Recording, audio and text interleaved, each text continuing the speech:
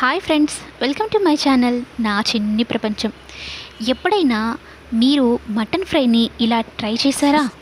ఒక్కసారి నేను చేసిన ఈ మటన్ ఫ్రైని మీరు చూశారు అంటే అబ్బో ఇంత ఈజీనా, మేం చేసేయలేమా అని మీరే చెప్తారు.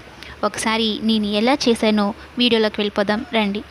ముందుగా మటన్ని బాగా శుభ్రం చేసుకొని ఆనియన్స్తో పాటుగా మటన్ని ఉడికిస్తే చాలా టేస్ట్ ఉంటుందండి. అదొక స్పెషల్ టేస్ట్ అనే చెప్పచ్చు. ఇక ఉప్పు, కారం, పసుపు అలాగే కాస్త సోంపు కూడా వేస్తే స్పెషల్ టేస్ట్, స్పెషల్ ఫ్లేవర్ అనేది యాడ్ అవుతుంది.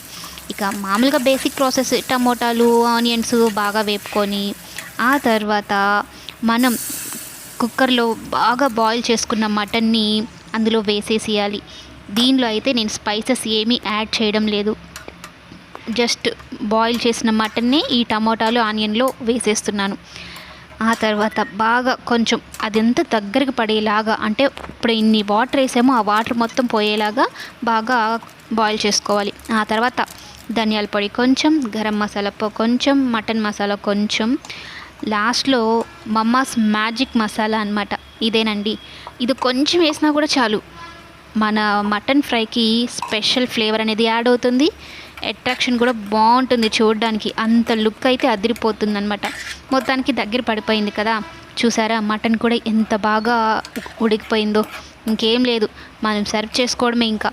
కానీ ఇక్కడ మీకు ఇంకొక విషయం చెప్పనా, మటన్ మనం తీసేసిన తర్వాత, అంటే మనం సపరేట్గా ఒక బౌల్లో పెట్టుకుంటాం కదా, అలా తీసిన తర్వాత లాస్ట్లో ఒక కొస మెరుపు అంతా తీసేసిన తర్వాత ఆ పాన్లో అట్లనే వదిలేయలేం కదండి. మనం ప్రతిదీ వేస్ట్ చేయం కదా. లాస్ట్లో కొంచెం రైస్ వేసుకొని అదంతా కలుపుకొని తింటే అబ్బా బిర్యానీని తలిపించినట్టే ఉంటుంది. అంత టేస్టీగా ఉంటుంది.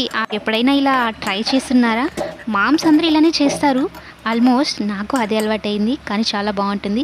మరి మొత్తం చూసారు కదా, నేను చేసిన మటన్ ఫ్రై మీకు ఎలా అనిపించిందో కామెంట్ చేయండి. టేస్టీ మటన్ ఫ్రైతో రసం లేకపోతే ఎలా? అందుకని రసం చేసుకొని రసంతో మటన్ ఫ్రై పెట్టుకొని అన్నం అయితే ఒక పట్టు లాగిచ్చేసాను.